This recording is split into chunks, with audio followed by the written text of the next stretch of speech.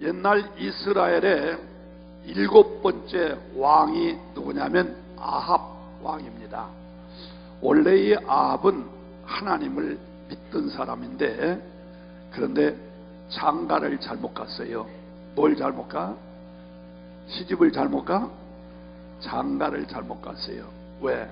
하나님을 믿는 사람이면 당연히 선민하고 결혼을 했어야 되는데 이방 여자 이세벨하고 결혼을 했어요. 근데 그 여자는 하나님을 믿는 사람이 아니야. 바알신과 아세라신을 섬기는 이방 여자였어요. 자, 그러면 장가를 선민하고 하지 않았으면 그 여자를 참 우리말로 말하면 전도를 해서 하나님 믿고 하나님의 축복을 같이 받도록 했어야 되는데, 이 등신 같은 왕이 전도를 한 게 아니라 지가 전도가 돼버렸어요. 그래서 자기가 믿는 하나님 버리고 그 여자가 믿는 바알신과 아세라신을 섬기는 사람이 되었고, 곳곳에 세워진 하나님의 전을 부셔버리고 그곳에다가 바알의 성전, 아세라 성전, 우상을 만들어 놨단 말이죠. 그러니 이거 어떻게 돼요? 지금도 그렇지만 당시에는 왕이 잘못되면, 왕이 하나님께 복을 받지 못하고 벌을 받으면 백성들도 자동적으로 벌받게 돼 있었어요. 그래서 왕이 그렇게 하지만 누구도 감히 얘기할 수가 없어요. 근데 어느 날 엘리야가 기도하는 가운데 하나님의 음성을 들었어요. 네가 가서 바른 말을 직고를 해라. 어서 빨리 회개하고 돌아오지 아니하면 이 땅에 큰 화가 임할 것인데 비가 오지 않을 것이다. 비가 오지 않으면 난리지요. 그래서 엘리야가 하나님의 음성을 듣고 아방을 찾아갔어요. 왕이여, 왕이 믿는 바알신과 아세라신 버리고 다시 되돌아오세요. 그렇지 않으면 앞으로 제 말이 떨어지기 전에는 이 땅에 비가 한 방울도 오지 않을 것입니다. 이것은 내 얘기가 아니라 하나님이 내게 주시는 말씀이기 때문에 곧 하나님의 메시지요, 하나님의 경고임을 아셔야 됩니다. 그러나 아합 왕은 엘리야의 말을 듣지 않았어요. 속된 말로 개소리를 들었어요. 비가 오고 안 오게 하는 것은 바알, 아세라 신이 하는 것이지 무슨 네가 말한다고 안 들었어요. 그런데 웬걸 6개월이 돼도 비가 안 오는 거야. 1년이 되고 1년 6개월이 되고 2년이 돼도 비가 오지 않는 거예요. 그쯤 되면은 그 엘리야의 말이 맞은가 보다 하고 회개하고 돌아올 생각을 하지 않고 오히려 이 아합 왕은 그놈 때문에 비가 안 온다. 그놈을 잡아 죽여야 된다. 그래서 엘리야를 잡아 죽이려고 요즘 말로 말하면 군인들, 경찰들을 막 샅샅이 보내서 찾게 했어요. 그러나 엘리야가 잡힙니까? 하나님이 그를 보호하시기 때문에 엘리야가 옆에 있는데도 눈이 가려워져서 보지를 못하는 거예요. 자, 이렇게 하니 또 1년이 지나 3년이 됐습니다. 또 6개월이 지나 3년 6개월이 돼도 진짜 비가 오지 않으니까 어떻게 되겠어요? 모든 식물들이 타 죽습니다. 또 심지어는 동물들이 막 목말라 죽습니다. 사람도 먹을 물이 없습니다. 난리가 났어요. 그래서 하나님께서 엘리야를 다시 숨겼어요. 네가 가서 얘기해라. 그래서 엘리야가 아합 왕을 찾아왔어요. 왕이여, 당신이 이렇게 해도 회개하지 않는데 그러면 왕이 믿는 바알신과 아세라신이 진짜인지 내가 믿는 하나님이 진짜인지 내기를 합시다. 그럼 어떻게 하자는 얘기냐? 저 가멜산 꼭대기에 제단을 만들어 놓고 기도합시다. 그래서 당신이 기도할 때에 하늘에서 불이 떨어지면 그게 진짜고, 내가 기도할 때에 불이 떨어지면 진짜인 불 떨어지기 내기를 하자고 그랬어요. 그게 좋다. 그 날짜를 떡 정했어요. 그래서 아방은 바알의 선지자 450명, 또 아세라 선지자 400명, 또 850명, 요즘 말로 말하면 아주 막 도통한 사람, 아주 능력이 세고 아주 역사가 있는 그런 엘리트 이런 사람 850명을 보냈어요. 그리고 엘리야는 혼자 갔지요. 자, 날이 됐습니다. 시간이 됐습니다. 시합이 붙었습니다. 그때에 엘리야가 제안했어요. 너희들이 숫자가 많으니까 너희들이 먼저 기도해라. 좋다. 850명이 도포를 입고 그리고 간절히 부르짖어 기도하는 거예요. 바리요, 바리요, 아세라요, 아세라. 불이 떨어져서 우리가 믿는 당신이 진짜이신 줄로 온 백성에게 알게 해달라고 막 기도하는 거예요. 그래도 불이 떨어지지를 않았어요. 해가 저물었습니다. 그때에 엘리야가 옆에서 약을 올리는 거예요. 야, 너희들이 믿는 신이 출타하셨는가 보다, 주무시는가 보다, 더 부르짖어라. 이러니까 이 850명이 막 자존심도 상하고 속도 상하고 말할 수 없는 거예요. 그래서 막 부르짖고 혀를 깨물고 막 피를 토하고 옷을 찢으면서 아려 아세라요 아무리 부르짖어도 불이 떨어지길랑커녕 개똥불도 오지도 않았어요. 해가 저물어서요 저녁 소재 드릴 때, 그 말은 무슨 뜻이냐면 해가 떨어질 무렵에 그때에 엘리야가 말했어요. 그러면 내가 하겠다. 그래서 엘리야가 가면산 꼭대기에 제단을 쌓고 12개의 돌을 취하여 제단을 쌓고 그 위에 송아지를 잡아서 각을 떠서 올려놓고 또 도랑을 파서 저 그리 시냇가에 가서 물을 떠다가 붓고 그리고 하나님 앞에 기도하는 거예요. 여호와여, 여호와여, 이 백성으로 하여금 여호와가 진짜 하나님인 걸 알게 하여 주시옵소서. 불이 떨어져서 이 백성으로 하여금 진짜 하나님이 여호와이신 걸 알게 하여 주옵소서고 간절히 부르짖는데 하늘에서 불이 샥 떨어진 줄로 믿으시면 아멘 하시 바랍니다. 더 크게 아멘 하시 바랍니다. 그래서 엘리야가 믿는 하나님이 진짜이시다, 이 사실이 아합 왕과 온 백성들에게 알게 되었다는 거예요. 그러니까 이 아세라 선지자, 바알 선지자들이 꽁지야 부리부터라고 도망가고 또 아합을 뒤따르는 모든 선지자들이나 대신들도 막 도망가고 난리가 났어요. 그때에 엘리야가 명령을 했어요. 저놈들 다 잡으라고 말이에요. 다 잡아서 죽였다 하는 내용이 오늘 여기 본문의 말씀인 것입니다. 자, 우리는 이 본문 말씀 속에서 네 가지 교훈을 받아야 되겠는데 오늘 오전 시간에는 두 가지 교훈을 받고 저녁 시간에 또 두 가지를 다시 말씀드릴까 생각합니다. 은혜 되시기를 바랍니다. 은혜 되시기를 바랍니다.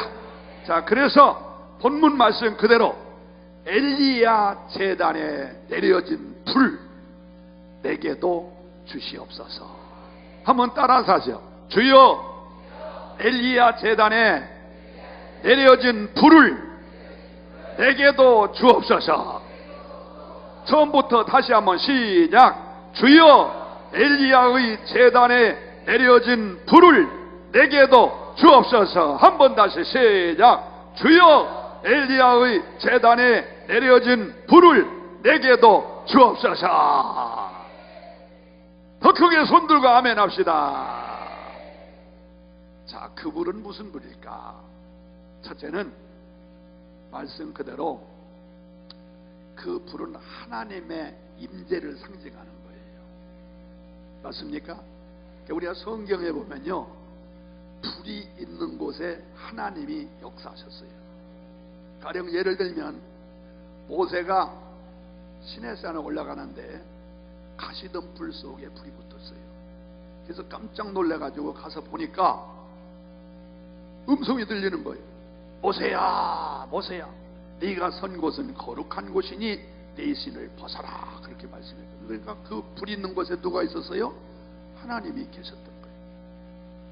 또 하나님이 이스라엘 민족을 인도하실 때에 낮에는 구름 기둥으로, 밤에는 불 기둥으로, 곧 이건 뭘 말하는 것이냐?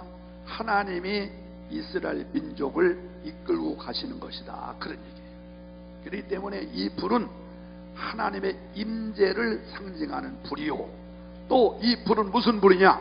성령의 불이에요. 믿습니까? 무슨 불? 성령의 불. 우리가 신약 성경에 보면은 성령의 상징이 여러 가지가 있어요. 비둘기도 있고 피도 있고 이슬도 있고 불도 있고 바람도 있고 성령의 상징이 여러 가지가 있는데 그 중에서 제일 정확한 성령의 상징은 뭘까요? 불이라는 거예요. 불. 우리가 찬송 부를 때도 불길 같은 주 성령 간구하는 우리에게 불로 충만하게 하소서. 할렐루야. 그 불은 곧 성령을 상징하는 거예요. 그러므로 저와 여러분은 오늘 본문 속에서 우선 두 가지 교훈을 받을 수 있는 것은 엘리야가 믿는 그 하나님 나도 믿습니다. 믿으시면 아멘 하세요. 그러므로 따라서 하세요. 내가 믿는 하나님이, 더 크게 내가 믿는 하나님이 진짜이십니다. 다시 한번 내가 믿는 하나님이 진짜이십니다. 더 크게 아멘 하세요. 내가 믿는 하나님이 진짜예요. 또 내가 믿는 기독교가 진짜고, 이 땅에는 종교가 많이 있습니다. 4대 종교를 말한다면 첫째 기독교입니다. 두 번째 힌두교입니다. 세 번째 모슬렘교입니다. 네 번째 불교입니다. 우리 한국에는 기독교, 불교 그렇죠? 또 한때는 불교, 기독교. 지금은 불교가 우리 기독교 숫자 줄었어요. 어쨌든 한국은 2대 종교 하면은 기독교, 불교 아니면 불교, 기독교 이렇게 말하지요. 근데 세계의 종교는 불교는 네 번째예요. 제가 알고 있는 상식으로는요, 기독교, 천주교까지 합쳐서 20억 한 5천 내지 6천만 명이 기독교인입니다. 그리고 두 번째 힌두교, 인도를 중심으로 하는 힌두교가 12억 6천 정도가 됩니다. 기독교보다 적죠. 그 다음 세 번째가 모슬렘, 회교라고도 말하는 모슬렘 종교, 저 아랍 사람들이 믿는 그 모슬렘 교가 8억 한 4천만 정도 됩니다. 그리고 불교, 우리나라는 굉장히 많은데 전 세계적으로 볼 때는 불교는 2억 한 4천 정도가 됩니다. 그리 많잖아요. 그리고 기타 무종교가 한 2억 한 3, 4천 되고, 그리고 아직도 아무 종교도 없습니다 하는 무종교가 한 17억 정도 된다. 이렇게 제가 알고 있는 통계를 가지고 있어요. 자, 어쨌든 문제는 숫자도 우리에게 입증해 주는 것이지만 우리가 믿는 하나님, 우리가 믿는 기독교가 넘버원이다, 최고다, 이런 긍지와 자부심을 가지고 사시기를 축원합니다. 아멘. 특별히 우리나라에서는 불교와 기독교 피차에 가끔 경쟁도 하고 시비도 많고 어쩌고 저쩌고 비방도 많이 있습니다만서도 여러분, 불교하고 우리하고는 게임이 안 돼요. 여러분 가운데 혹시 김진규 목사님 아세요? 김진규 목사님, 감리교 목사님이세요. 그분이 원래는 불교 조계종 5대 손입니다. 그러니까 그 할아버지가 주지승이었고 아버지도 주지승이었고 자기도 주지승이 될 수 있는 사람인데, 이 사람이 개종을 했어요.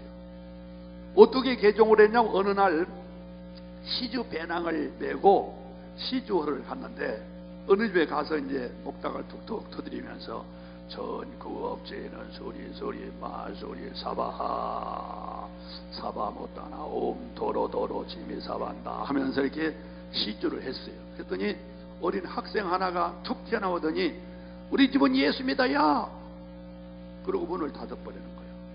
그래도 이 김진규 스님이 예수 믿어도 이렇게 부주를 하는 건 좋은 일이요, 이게 우리가 좋게 쓰려고 하니까 예수 믿는 것하고 이렇게 시주하는 것하고는 다르니까 해.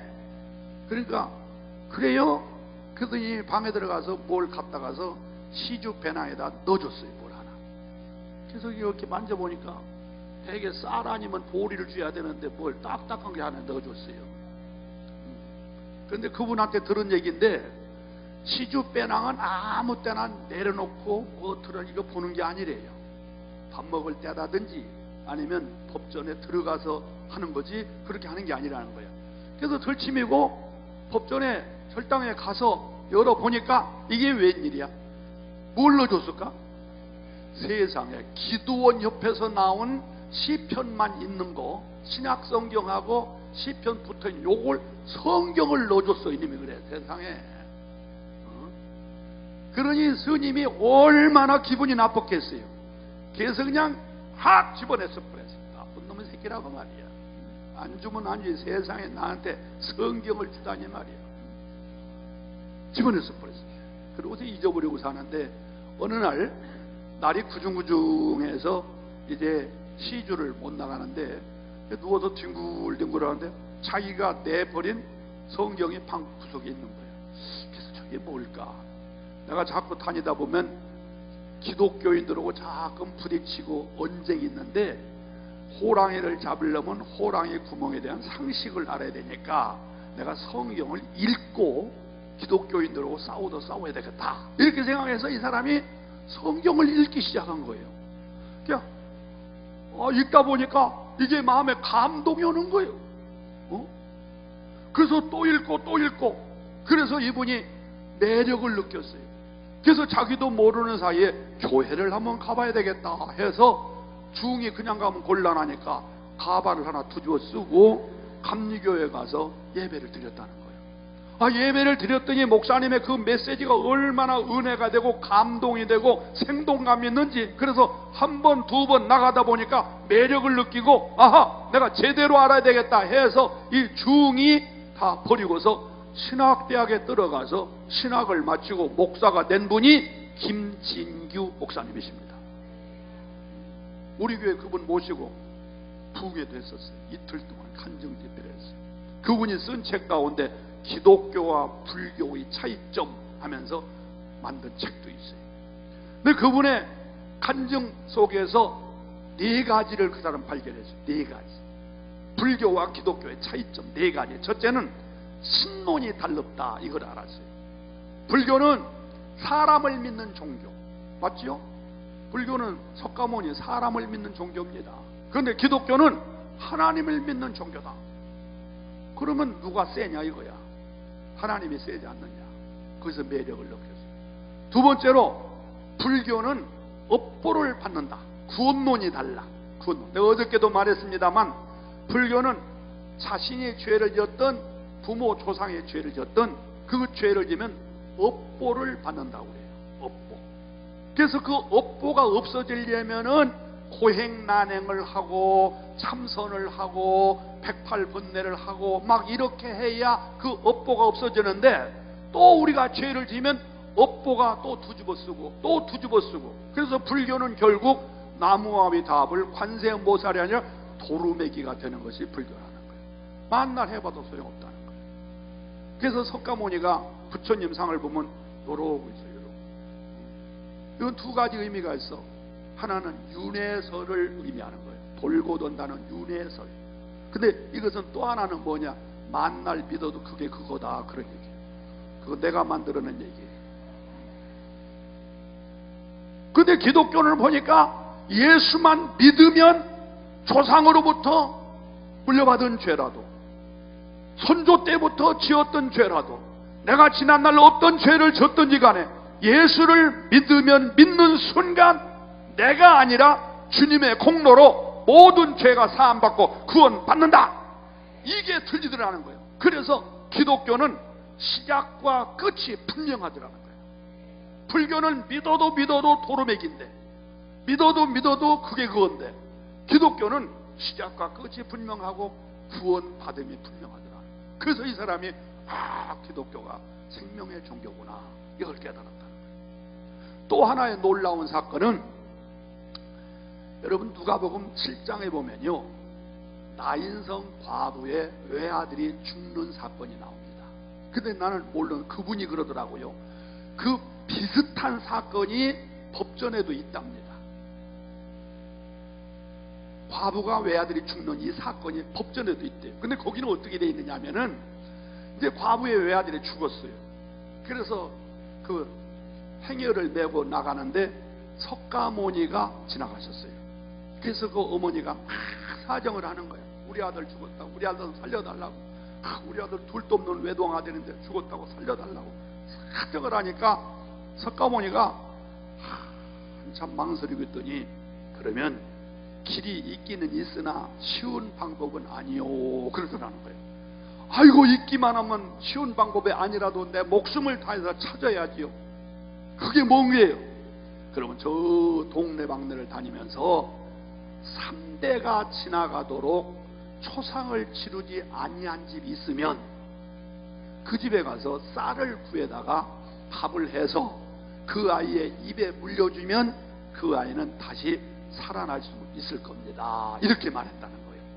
그러니까 그만 이 과부가 외아들을 살리기 위해서 동네 방네를 다니면서 3대가 지나가도록 초상을 치르지 아니한 집을 찾고 찾았으나 있을까요, 없을까요? 3대가 지나가도록 초상 치르지 아니한 집 세상에 어디가 있겠어요? 그게 도로 돌아왔어요. 어떻게 됐느냐? 아무리 찾아도 없습니다. 당연하지요. 인생은 다 왔다 가는 건 어이하겠소. 당신 아들이 조금 먼저 갔을 뿐이지 그냥 이 땅에 와서 돌아간 걸 어떡하겠소, 이러면서 석가모니가 그냥 지나가셨다는 거예요. 근데 성경에 보니까 똑같은 사건이 기록되어 있는데 예수님은 행여를 멈추게 하시고서 청년을 향하여 청년아 일어나거라 하니까 벌떡 일어나가지고 그 아이의 손을 잡고 집으로 돌아가겠다 이거예요.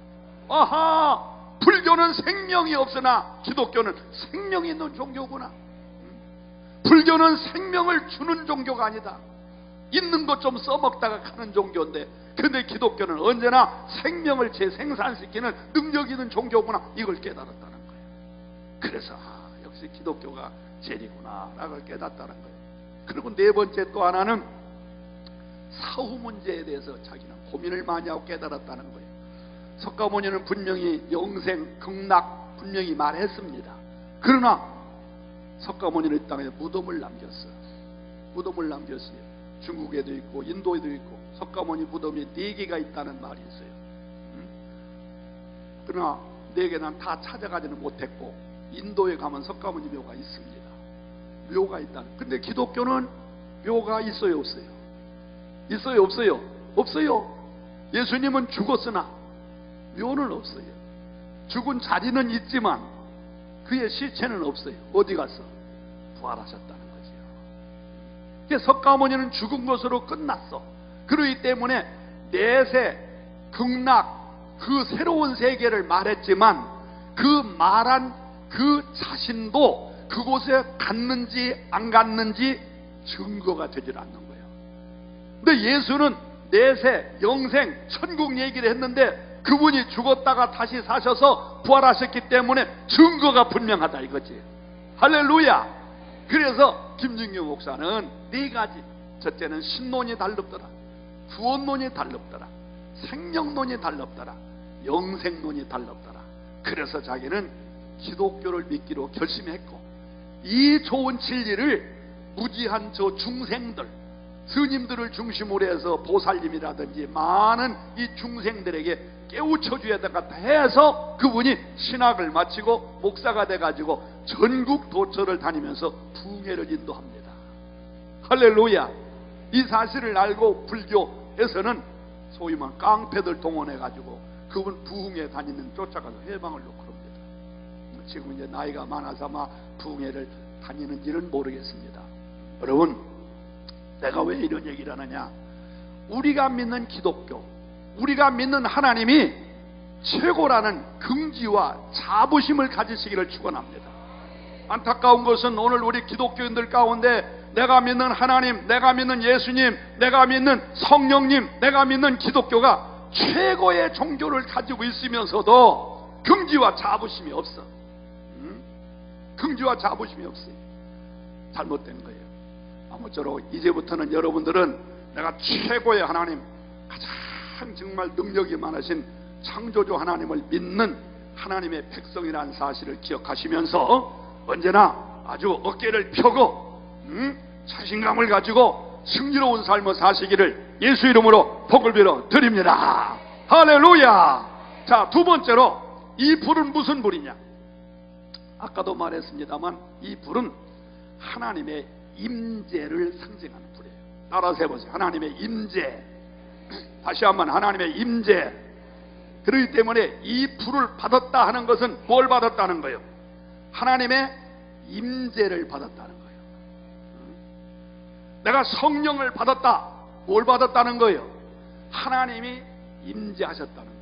뭐 성령 받았다 하면 방언하고 무슨 뭐 환상 보고 진동하고 뭐 펄떡펄떡 뛰고, 그건 아무것도 아니에요. 아무것도 아니에요.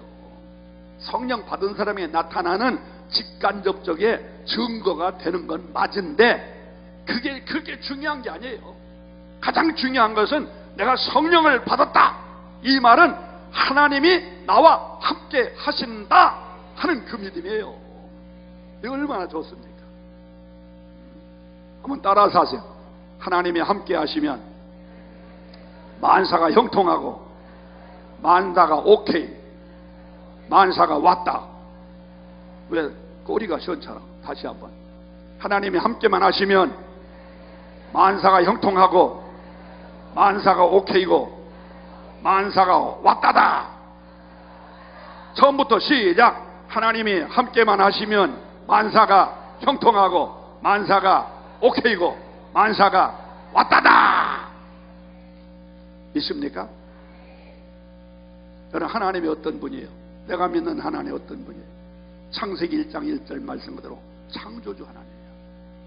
없는 데서 있게 하시고 무에서 유를 창조한 창조주 하나님이라. 창세기 17장 1절에 보면 전능하신 하나님이에요.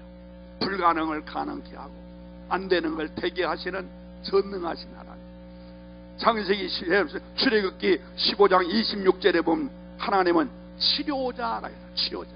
모든 걸 치료하세요. 어떤 질병도, 어떤 어려움도, 어떤 사건도 인간의 힘으로 도저히 해결할 수 없는 어떤 일이라도 치료하시는 하나님이세요. 믿으시면 아멘. 여러분, 출애굽기 15장 사건이 어떤 내용입니까? 모세가 이스라엘 민족을 거느리고 애굽을 건너서 홍해를 건너서 하루 길, 이틀 길, 3일 길을 가도 물이 없어요. 물이.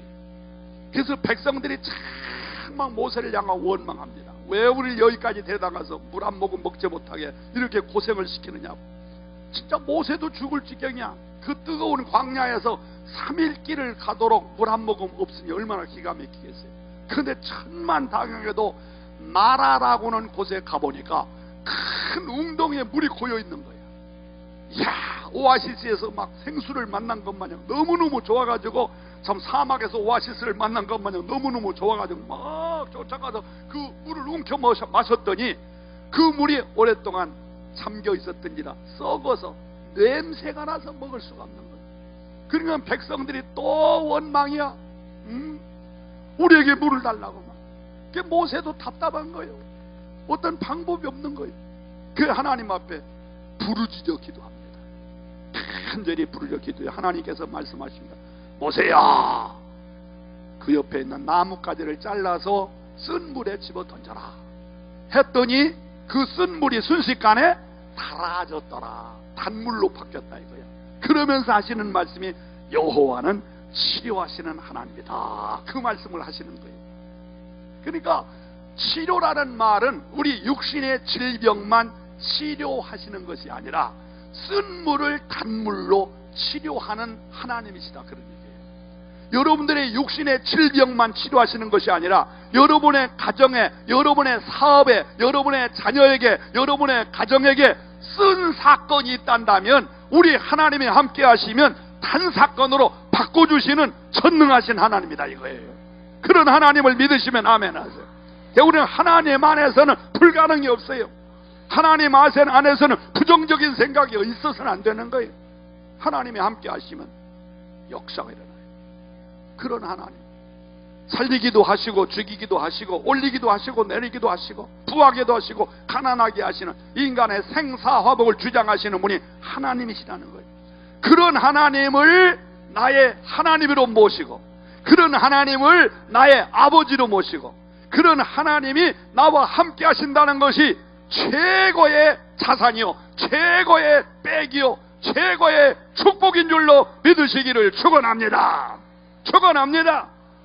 그 하나님을 믿는 우리들은 어떤 상황에서도 낙심하고 좌절하고 절망하면 안 돼요.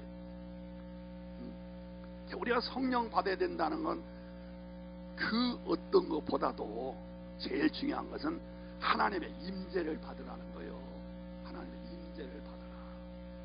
그러면 하나님이 다 알아서 인도하세요. 믿습니까? 다시 한번 따라서 하세요. 하나님이 나와 함께 하시면 만사가 형통하고, 만사가 오케이고, 만사가 왔다다. 시작. 하나님이 나와 함께 하시면 만사가 형통하고, 만사가 오케이고, 만사가 왔다다. 믿습니까? 믿습니까? 하나님이 함께 하신 그 축복, 그건 바로 엘리야의 제단에 내렸던 그 불, 성령 받으면 역사가 일어나게 되죠. 아멘. 여러분, 하나님의 임재를 상징하는 성령의 불을 받았습니까? 나는 받았습니다 하는 사람 손 들고 아멘 해보세요. 오, 꽤 많습니다. 그러면 그 증거를 한번 얘기해봐요. 나는 하나님이 함께 하시는 성령의 불을 받았습니다. 증거가 뭐예요? 응? 잘 모르지요? 그래요. 막상 성령 받았습니까 하면 아멘 해도 성령 받은 증거를 제시하시오. 그러면 눈치만 봐요. 근데 이게 우리 기독교인들의 문제점이에요. 내가 성령 받았으면 증거가 분명해야 되는데 모르면 애매한 거예요. 잘 기억하세요. 성령을 받으면, 성령의 불을 받으면 직접적인 증거와 간접적인 증거가 있습니다. 먼저 성령의 불을 받으면 직접적인 증거는 뜨거움을 경험합니다. 뜨거움. 아까 내가 말했죠. 성령의 상징 가운데 제일 정확한 상징이 뭐라고? 불. 불의 특징이 뭐예요? 뜨거움이죠. 그렇기 때문에 성령 받으면 뜨거움을 경험합니다. 그 뜨거움도 두 가지로 해석해야 돼요. 하나는 실제적으로 뜨거움을 느낄 수가 있어요. 저 같은 경우는 성령 불 받을 때에 이 머리로부터 어깨 이렇게 쭉 내려가면서 뜨거워졌어요. 그 나중에는 손까지 뜨거워졌어요. 그래서 강단에서 설교를 하기 전에 준비 기도할 때에 간절히 기도하면 이렇게 역사가 되면 오늘 설교는 성공이다. 내가 알았어요. 그래서 설교를 하면 뭐 불을 토하는 설교를 하던 어떤 설교들 신자들이 막 은혜를 받고 말해요. 나는 모르는데 신자들이 그래요. 목사님은 설교할 때 화내요. 막 빛이 나타날 때 화내요. 그래서 신자들이 막 은혜를 받아요. 놀라. 그때가 제가 1970년도 초인데 말이에요. 그때 좋았어요. 막 성령에 불받고 설교를 하니까 교회가 부흥되는데요. 77년도에 교회를 건축했거든요. 만 4년 81년도에 그 교회를 때려부시고 다시 지었어요. 막 앉을 데가 없어가지고. 또 막 역사가 하니까 만 10년 후에 1992년도에 그 교회 부시고 다시 지었어요. 또 교회가 부흥돼가지고서 지금 현재 그 교회 1920년도에 다시 엄청나게 큰 교회를 지었어요. 이 성령이 함께 하실까 봐. 왜? 불은 아까 말한 대로 하나님의 임재를 말하는 거예요. 목회도 내가 하는 게 아닙니다. 하나님이 하셔야 되는 것이지. 그래서 이 불이 뜨겁게 내 피부로 느껴지는 그런 뜨거움이 있어요. 어떤 사람은 가슴이 뜨겁습니다. 어깨가 뜨겁습니다. 여러 가지가 있어요. 뜨거움을 피부로 느껴지는. 또 간접적인 건 뭐냐면은 그 뜨거움이 피부로 느껴지는 것도 있지만 우리 신앙의 열정이 달라져요. 신앙의 열정. 성령 받으면 막 찬송이 뜨겁고 기도가 뜨겁고 막 예배가 뜨겁고 이 열정이 달라요. 전에는 맹송맹송하고 자고 왔는데 어느 날부터 내가 그냥 나도 모르게 막 예배 그 열정, 기도의 열정, 찬송의 열정, 막 기도의 열정, 이게 뜨거움이 있어요. 그래서 여러분, 교회 안에 말이에요, 성령의 불 받은 사람이 100명 성도 가운데 10명만 있어도요, 그 교회가 후끈후끈합니다. 막 아멘 은혜가 있고 말이에요. 다 막 금요일날 같은데 통성기도 시키면 막 그 사람들이 곳곳에 앉아가지고 불을 일으키면요, 옆에 사람들이 막 불이 전염이 돼서 은혜를 받아요. 그런 역사가 있어요. 그래서 내가 5절에도 말했듯이 여러분 교회의 모든 신자가 다 은혜롭지 않습니다. 그 중에서 10%, 많게는 20%, 더 많게는 30%입니다. 바로 그 사람이 여러분이 되시기를 주의 이름으로 축원합니다. 그래서 여러분들이 여러분 교회에서 그 불 붙이는 운동, 성령의 불 붙이는 운동을 하시면 삽시간에 성령의 불은 다 같이 전염된다. 더 크게 전염된다. 전염돼요. 요즘 교회가 안 된다. 안 되지요. 그러나 쉬운 말로 말하면 뜨거운 교회는 됩니다. 그럼 뜨겁다는 말은 성령이 함께하는 교회는 된다, 그런 얘기예요. 성령 받으면 뜨거움 직접적으로 체험할 수 있고, 아니면 열정, 열심히 달라질 수 있고, 두 번째, 성령 받은 직접적인 증거는 은사가 있습니다. 은사. 여러분들이 쉽게 느낄 수 있는 방언의 역사, 또는 진동의 역사, 막 환상의 역사, 이런 역사가 있습니다. 그런 사람은 틀림없이 다 성령의 불을 받은 줄로 믿으시기 바랍니다. 믿습니까? 자, 그런데 여기서 아주 중요한 것은, 그러면 성령 받으면 다 신비로운 그런 은사들이 있느냐? 아니라는 거예요. 있을 수도 있지만 아닐 수도 있다. 이걸 아셔야 돼요. 여기서 쉬운 예를 들면, 자, 여기 뜨거운 물이 한 컵 있습니다.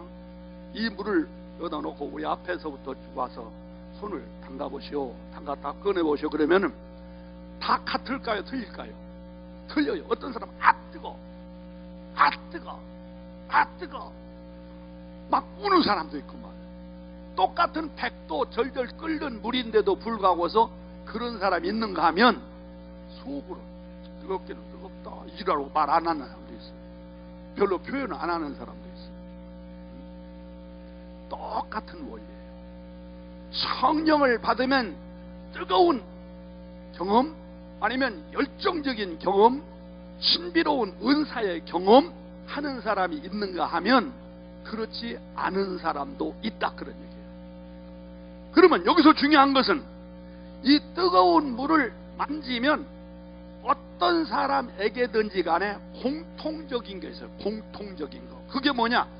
뜨겁다라는 느낌은 다 가지고 있다는 거예요. 이해가 되시죠?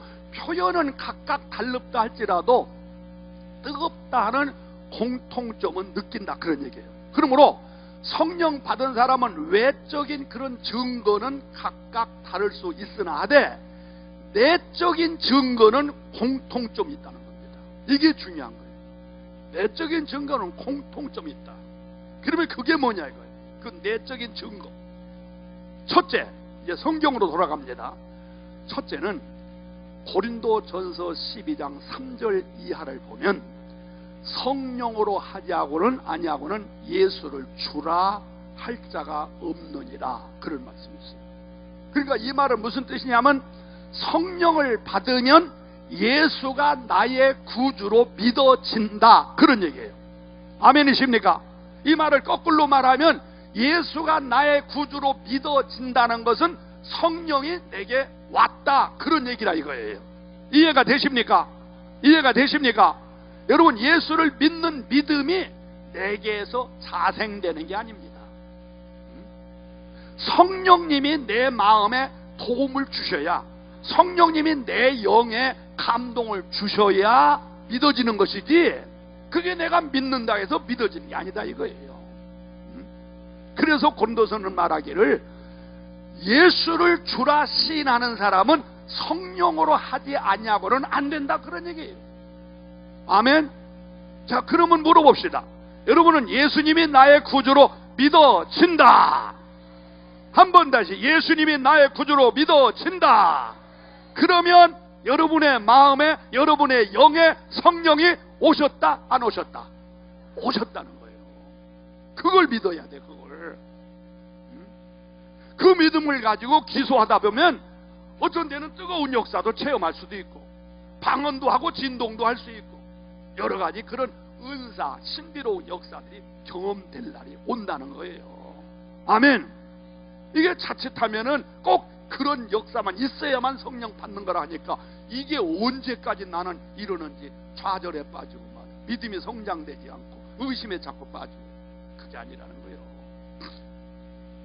두 번째 공통점이 뭐냐? 로마서 8장 15절로 16절에 있는 말씀을 보면은요, 성령을 받으면 하나님이 나의 아바지로 믿어지고 나는 하나님의 자녀인 증거를 준다고 그랬어요. 누가? 성령님이. 성령님. 아멘. 그러니까 여러분들이 하나님을 나의 아버지로 믿어지시면 아멘 하세요. 나는 누가 말하기도 하나님이 나의 아버지라고는 사실과 나는 그의 자녀가 되었다는 사실이 믿어지면 아멘 하시기 바라요. 더 크게 아멘 해보세요. 그러면 성령 받았다, 안 받았다? 받았다는 거예요. 이게 내 얘기가 아니야. 내가 이 얘기하다가 여기서 천벌 받으려고? 너 왜 성경을 엉터리로 가르치냐? 너 왜 신자들 잘못 가르치냐? 이 자리에서 내가 쓰러져 죽어요. 성경이 그렇게 말하고 있으니까 난 자신 있게 말할 수 있는 거죠. 아멘 하세요. 더 크게 아멘 하세요. 성령 받은 내적 증거. 두 번째, 세 번째, 성령 받은 내적 증거. 하나님이 나와 함께 하심이 믿어져요. 그래서 요한복음 14장 16, 17, 18절에 있는 말씀을 보면은 내가 너와 함께 하리라. 보혜사라는 단어를 써. 보혜사, 성령을 보혜사라는 단어를 써요. 보혜사, 한문으로 풀어보세요. 보호하고 은혜 주시고 가르쳐 주신다, 그런 뜻이죠. 그러면서 거기 표현에 내가 너희를 고아와 같이 버려두지 아니하고 내가 너와 함께 한다는 말씀이 정확하게 써 있어요. 그래서 그 말씀을 통틀어서 말하면 성령 받으면 하나님이 나와 함께 하신다, 믿어진다는 거예요. 아멘. 그래서 성령 받은 사람은 배짱이 있어요. 배짱. 왜? 하나님이 나와 함께 하십니까? 성령 못 받은 사람은 배짱이 있어도 똥배짱이거든. 쓸데없는 배짱이. 성령이 나와 함께 하는 배짱이 있어요. 개인 목회하는 큰 교회 목사님들 배짱 대단합니다. 이 교회가 얼마나 말이 많고 비판도 많고 좋은 소리는 안 하고 못된 것만 골라내고 그런 데 아닙니까? 그래도 성령 충만 받으면 너를 까불러라, 하나님이 나와 함께 하신다, 내 중심 하신다, 담대하게 나갈 수 있거든요. 하나님이 나와 함께 하신다. 얼마나 큰 자산입니까? 아까 우리 배웠잖아요. 하나님이 나와 함께 하시면 만사가 형통하고 만사가 오케이고 만사가 왔다고. 근데 그 은혜는 성령 받아야 돼. 아멘. 성령 받으면 내가 너와 함께 한다고 그랬어. 성령 받으면 내가 너의 보혜사가 돼준다고 했어. 성령 받으면 내가 너를 고아와 같이 버려두지 않는다고 그랬어요. 아멘. 그 다음 네 번째로 성령 받은 증거가 있어요. 네 번째, 요한복음 16장 8절에 있는 말씀을 보면요, 성령이 하시는 일이 의와 죄와 심판에 대한 책망하신다는 말이 있어요. 책망하신다. 이 말은 무슨 뜻이냐면 성령 받은 사람은, 물어봅시다. 성령 받으면 죄를 질까요, 못 질까요? 지어요, 못 지어요? 지어요. 그리고 언제는 안 질 거예요? 맞습니다. 여러분 대답이 맞아요. 성령 받아도 죄를 지을 수 있습니다. 내가 육신의 몸을 가지고 사는 이상은 성령을 받아도 불의를 행할 수 있습니다. 악을 행할 수 있습니다. 그런데 뭐가 다르냐? 요한복음 16장 8절 말씀대로 죄와 의에 대하여 책망하신다고 했어요. 책망. 그러니까 내가 성령 받기 전에는 불의를 행하고 악을 행하고 죄를 지어도 그 순간만 모면하면 잊어버리고 말아요. 그런데 언젠가부터인지 내가 죄를 지면 불안하고 나쁜 짓을 하면은 그냥 무섭고 하나님의 심판이 올 것만 같고 하나님의 어떤 책벌이 올 것만 같던 그런 역사가 생기더라고요. 그게 뭐냐? 그 말씀 그대로예요. 성령님이 여러분의 마음을 책망하시는 거예요. 네가 성령 받은 사람으로서 왜 죄를 짓느냐? 왜 악을 행하느냐? 너 왜 거짓말하느냐? 책망을 하는 거예요. 그래서 어떤 목사님은 그러잖아요. 성령 제대로 받아놓으면 지옥 가고 싶어도 못 간다. 왜? 그분이 책망하시기 때문에 잘못된 길로 가지 않도록 자꾸 책망해 주시기 때문에 그게 달랐다는 거예요. 그 다음 마지막으로 성령 받은 내적 증거. 성령 받으면 성경 말씀이 하나님의 말씀으로 믿어지게 되어 있습니다. 아멘. 왜 믿어질까? 디모데후서 3장 16절 이하에 보면 모든 성경은 성령의 감동으로 쓰여졌다고 그랬어요. 그렇기 때문에 이 성경 속에는 성령의 감동이 역사됩니다. 아멘. 그러면 내가 성령을 받지 않으면 내 마음속에는 뭐가 역사해요? 악령, 마귀가 역사합니다. 그러면 이 속에는 성령이 역사하는데 내 속에는 악령이 역사한다. 그러면 이 말씀이 받아들여집니까? 안 받아들입니까? 안 받아들여요. 안 받아들여요. 화답이 안 돼요. 그러나 성령 받으면 이 속에 역사하시는 성령님과 내 마음속에 있는 성령님이 서로 화답이 돼요. 화답. 그래서 이 말씀이 믿어지는 거예요. 이 말씀대로 살아야 되겠다. 이 말씀대로 살지 않으면 마음에 찔림이 오고 이 말씀대로 살도록 노력하고. 이게 왜 그러냐? 성령의 역사예요. 성령. 아멘 하시기 바랍니다. 어때요? 여러분은 이 성경이 하나님 말씀으로 믿어지시면 아멘 해보세요. 그러면 성령이 여러분의 마음속에 이미 임재하신 줄로 믿으시기 바랍니다. 더 크게 아멘 하세요. 자, 5가지 말했어요. 기억나십니까? 첫째는 성령 받으면 예수가 나의 구주로 믿어진다. 두 번째는 하나님이 나의 아버지로 나는 하나님의 자녀됨이 믿어진다. 세 번째로는 하나님이 나와 함께 하심이 믿어진다. 네 번째로는 죄의 책망, 내가 잘못했을 때에 책망을 자주 받는다. 다섯 번째로는 성경이 하나님의 말씀으로 믿어진다. 자, 이 5가지에 대해서 동의가 되면 아멘 해보세요. 두 손 들고 아멘 해보세요. 할렐루야! 할렐루야! 더 크게 할렐루야! 여러분은 누가 말하게도 성령 받은 줄로 믿으시기 바랍니다. 믿으시기 바랍니다. 왜 이게 중요하냐? 그것이 곧 하나님이 당신과 함께 하고 있다는 증거가 되기 때문입니다. 그러면 하나님이 나와 함께 하시면, 다시 말합니다, 만사가 형통하고 만사가 오케이고 만사가 왔다의 축복이 이루어질 줄로 믿습니다. 할렐루야! 우리 아들 간증 안 하고 말씀하시려고 그래요. 우리 아들이 교육대학을 나왔습니다. 그래서 중고등학교 교사 자격증을 가지고 있습니다. 둘째 아들인데, 그래서 대학을 마치고서 학교 교사로 갈 수도 있고, 아니면 자기는 교사가 되고 싶지 않다고 그래요. 그러면 내가 부족하지만 조그만 학원 하나 차려줄 테니까 학원을 해라. 그랬더니 자기는 싫대요. 그냥 회사 다니고 싶다는 거야. 그러면서 내가 어디를 얘기해도 가려고 하지 않고 지가 그냥 돌아다니면서 앞으로 사업을 하려면 자기가 경험을 해야 되니까, 그러면서 그냥 막 이것저것 그냥 막 고르지 않고 열심히 다니더라고요. 내버려 뒀어요. 야, 언제까지 그럴 것이냐? 그 푼돈 몇 푼 받아가지고 너 언제 장가 미천 삼고 언제 결혼할 것이냐? 뭐 언젠가 되겠지요. 그래서 내가 말씀을 해줬어요. 그래서 내가 잘 아는 집사님이 무역 겸해서 물류 이동센터를 하는 그 회사에 입사를 시켰어요.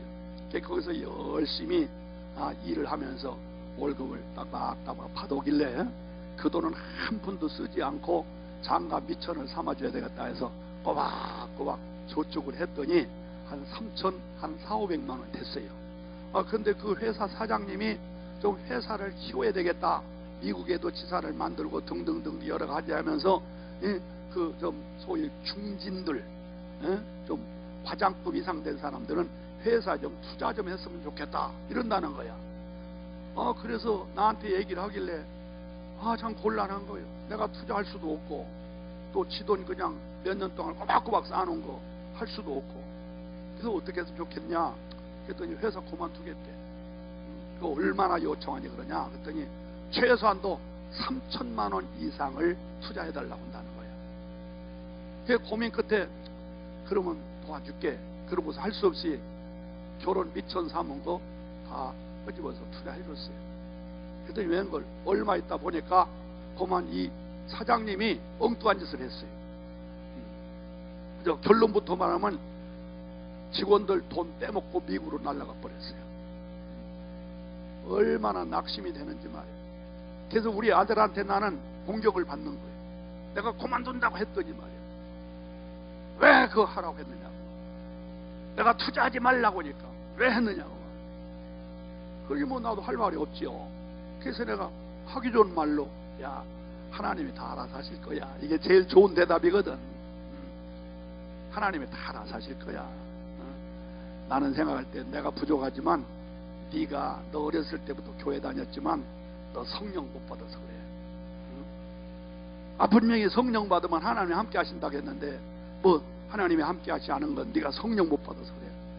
아버지는 맨날 그런 얘기만 하신다고. 할 말 없으면 하나님 찾는. 안타깝지요. 그래도 아니다. 어쨌든 직장 떨어지고 갈 데 없으니까 기도는 하자. 그러고서 간절히 기도했어요. 같이 기도했어요. 가정마다 가정에서 가정 예배 드리면서 또 가끔 기도실에 들어가서 기도하고 그랬더니 이 아이가 진짜 성령을 받았어요. 은혜 받았어요. 그러니까 첫째 뭐가 달라졌냐면 담대함이 달라져요. 내가 성령을 받으니까 하나님이 나와 함께 하심을 믿어지는 이 역사가 있는 거예요. 그러면서 비록 직장은 떨어지고 돈도 다 지금 3천만, 지금 별거 아니지만 그때는 큰 돈이었습니다. 아마 최소한 3억 가까이 됐을 겁니다. 마음이 달라져요. 담대함이 생겨요. 믿음이 생겨요. 그래서 나중에 다시 한번 뭘 찾아보자 했더니 그때 같이 사기를 당했던 어떤 김 사장이라는 사람하고 김 부장이라는 사람하고 둘이 똑같은 그 업종을 다시 개업을 했어요. 그래서 열심히 뛰었어요. 열심히 뛰니까 회사가 잘 됐어요.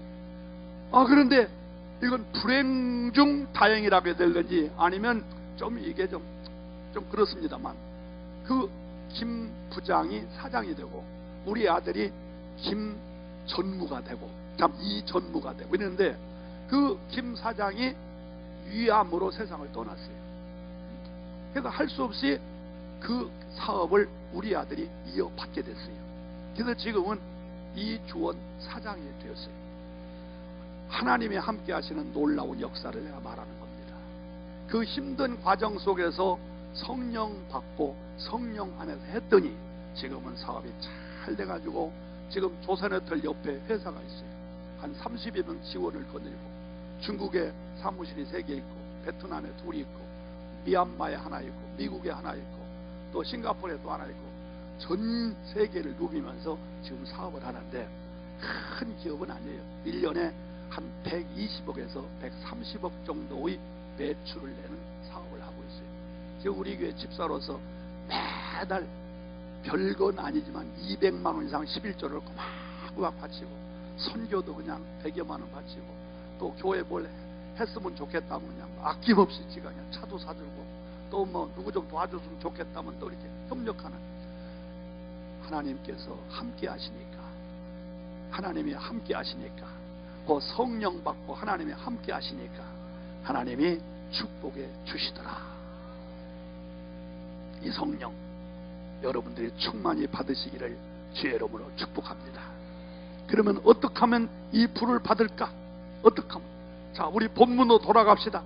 이 엘리야가 어떤 때에 불이 임했습니까? 어떤 때? 첫째는 12돌을 취하여 하나로 묶어놨다고 그랬어요. 이것은 뭘 말하냐? 마음을 하나로 묶으라는 거예요.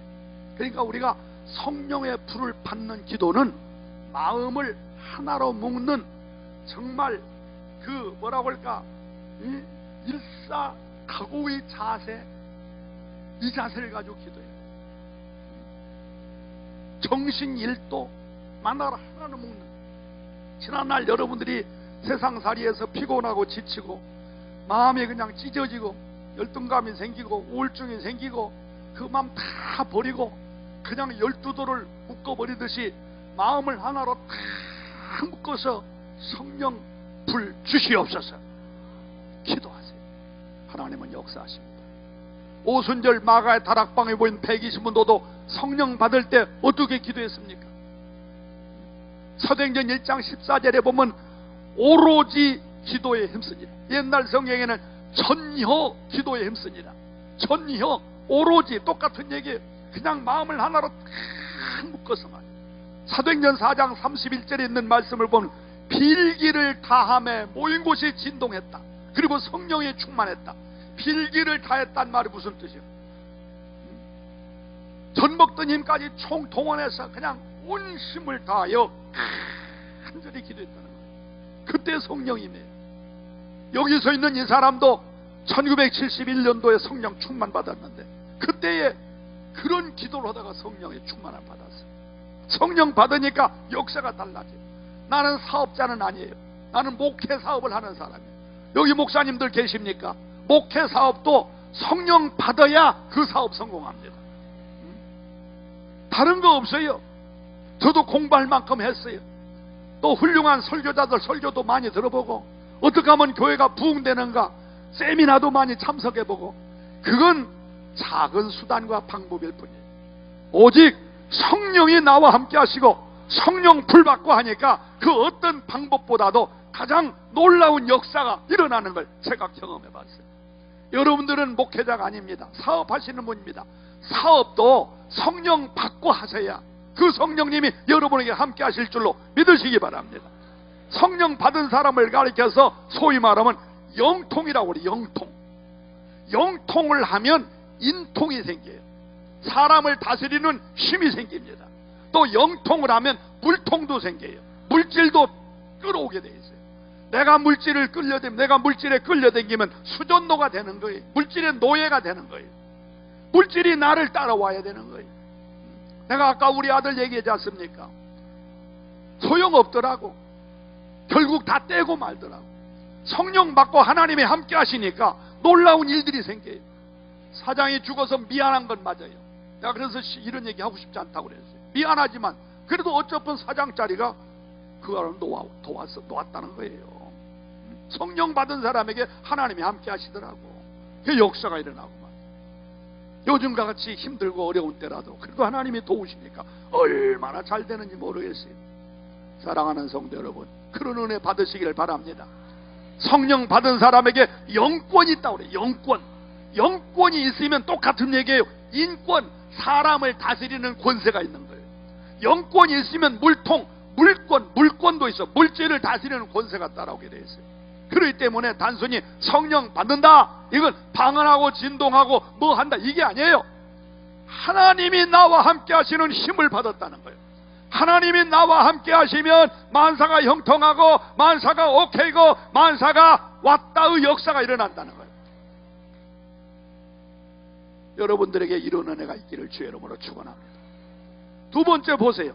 오늘 엘리야의 제단에 왜 불이 임했는가? 거기는 송아지의 각을 떠서 올려놨다는 거예요. 다시 말하면 물질이요. 물질과 신앙 떼일래야 뗄 수 없습니다. 이건 어쩔 수 없습니다. 여러분 교회 목사님들이 헌금하세요. 또 우리 목사님도 그냥 이 좋은 일에 헌금하세요 말씀 많이 하시는데 이건 방법이 없어요. 물질과 신앙은 떨어질 뗄 수가 없어요. 왜? 물질 있는 곳에 너의 마음이 있고 너의 마음이 있는 곳에 물질이 있고, 이건 떼일래야 뗄 수 없지 않습니까? 그러니까 엘리야도 그 가멜산 제단에 그 송아지를 잡아서 각을 떠서 올려놓고 하나님 앞에 부르짖을 때 역사가 일어났다는 거예요. 여러분도 하나님의 은혜 받으려면 물론 성령을 돈으로 바꾸는 건 아닙니다. 오해하지 마세요. 성령을 헌금으로 바꿀 수는 없습니다. 오해하지 마세요. 그러나 헌금, 물질 그 속에 우리 마음이 들어있다는 거예요. 그것하고는 바꿔야 된다는 거예요. 그것하고는. 그것이 있는 곳에 하나님이 함께 하신다는 거예요. 왜 하나님은 돈 몇 천만 원, 몇 억 이거 보시는 게 아니에요. 그 물질 속에 너의 마음을 보겠다는 거예요. 거기에 하나님은 역사하시고 그 중심을 보시고 복을 주시니 내가 드린 것보다도 수백 배, 수천 배의 축복을 받더라는 거지요. 오늘 이 시간 여러분들의 마음속에 그런 마음을 가지고 간절히 기도하셔서 성령 불 받으시기를 주의 이름으로 축원합니다. 불길 같은 성신여 1절